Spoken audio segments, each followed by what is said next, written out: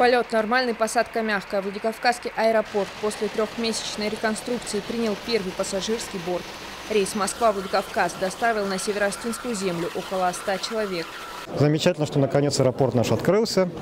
Крайне удобно, замечательно, здорово. Я сегодня прилетела с Москвы. Мне очень понравилось, очень комфортно, удобно прям прилетать домой. Я слышала то, что сегодня только открыли аэропорт, и даже не знала. Я знала, что он на ремонте, но не знала, что именно сегодня открыли, так как мне повезло оказалось.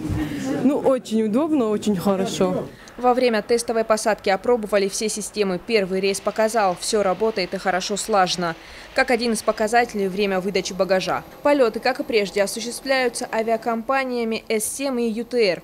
В настоящее время ведутся переговоры с еще несколькими авиакомпаниями. Это позволит аэропорту увеличить пассажиропоток. Однако специалисты отмечают, что прием и отправка воздушных судов будет осуществляться только в светлое время суток и при благоприятных погодных условиях. В связи с завершением реконструкции искусственной взлетно-посадочной полосы у нас возобновились полеты.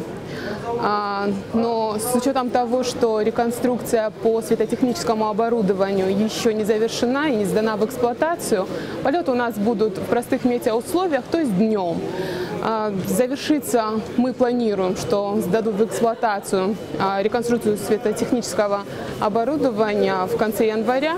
С этого момента мы начнем в полную мощь работать с учетом ночного времени, ну и круглосуточного.